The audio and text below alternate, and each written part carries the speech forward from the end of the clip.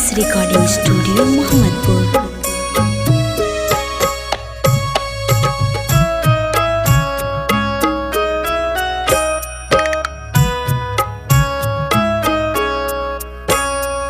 सोनानी दाने चलाने महादेव घुटी भरा धोती भींजे घुटी भरा धोती भींजे घुटी भरा धोती भींजे धोती मोरा भिजाता तो भिजे देव सोनानी मोरा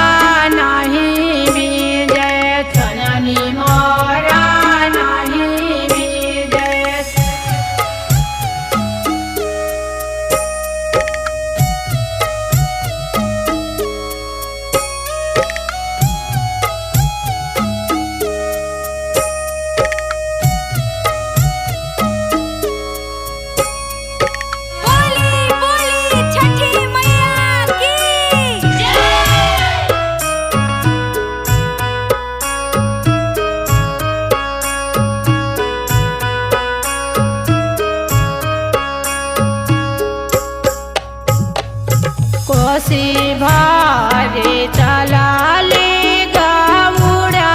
दे 1.25 लाख के साड़ी भींजे 1.25 लाख के साड़ी भींजे साड़ी मोड़ा भिजाता तो भिजे देव कोसी मोड़ा नहीं भीजे कोसी मोड़ा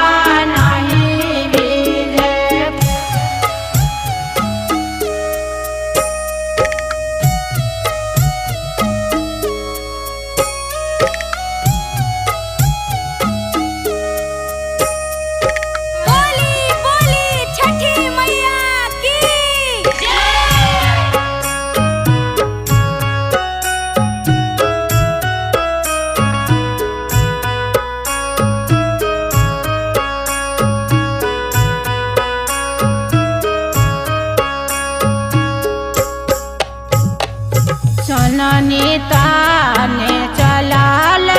अभिनीता सेवा का घुटी भरा धोती भींजे घुटी भरा धोती भींजे धोती मोरा भिजाता तो भिजे देव सोनानी मोरा नहीं भीजे सोनानी मोरा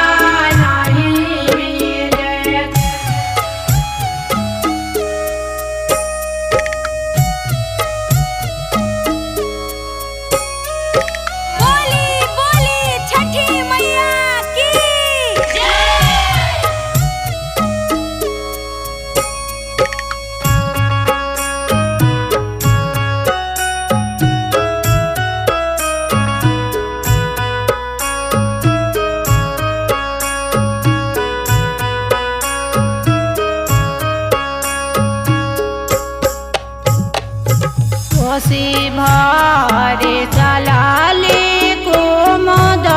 दे 1.25 लाख के